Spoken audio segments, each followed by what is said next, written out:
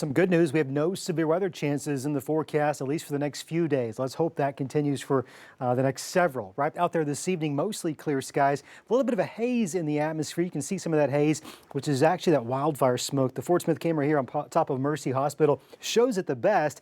We'll watch for if that can give us a nice, vivid sunset or not. Sometimes that happens, not always, but you can also see some of that haze there in Fayetteville as well. Temperatures largely in the 80s out there this evening. It'll be another warm day tomorrow, but the humidity is at least going to stay at bay.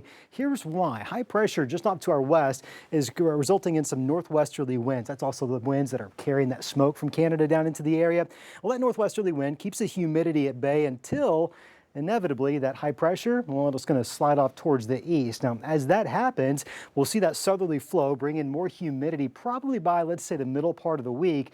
It's also as that high departs the region, we're going to see our next storm system, our next weather maker begin to develop a compact area of low pressure sliding into the area from the southwest. Now, that low pressure is going to arrive really overnight Wednesday into Thursday, but our rain chances likely arrive on Thursday. Will continue Friday on and off into Saturday and Sunday as well. The reason why?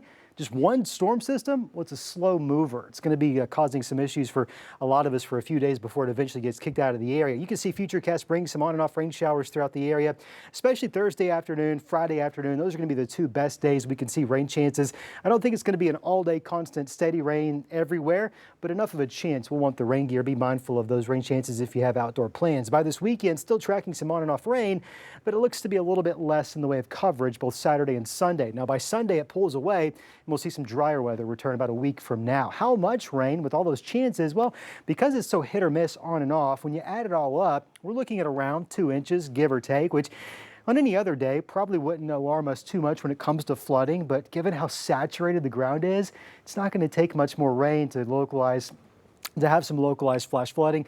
So we'll want to watch that, especially going into Friday. Your 7-day forecast shows a 10% chance of an isolated spotty shower tomorrow. Here's the thing. I think most of us are going to be just nice and dry out there tomorrow. Should be nice and dry with that high pressure building in by Wednesday. You'll notice, though, as that next disturbance arrives Thursday, Friday, those are those chances of some scattered hit or miss showers. Maybe an isolated thunderstorm, but again, right now, the severe weather chances looking to be relatively low, which is some good news for a lot of us. Wish we could have a totally dry weekend. That doesn't appear to be the case, but the rain chances do begin to slowly taper down Saturday and especially on Sunday. And then as those temperatures drop because of the rain chances, well, once those rain chances move away, you guessed it, it's going to warm back up again early next week, back in the low 90s. Oh, that's some heat index right there. Yeah, it's going to get really moist by Wednesday, Thursday. The Gulf is going to be wide open. We'll have lots of flow from there, which is going to bring us some pretty sticky air. Yeah, Air you can wear. At least it's calmer than it has been the last several days. Yes.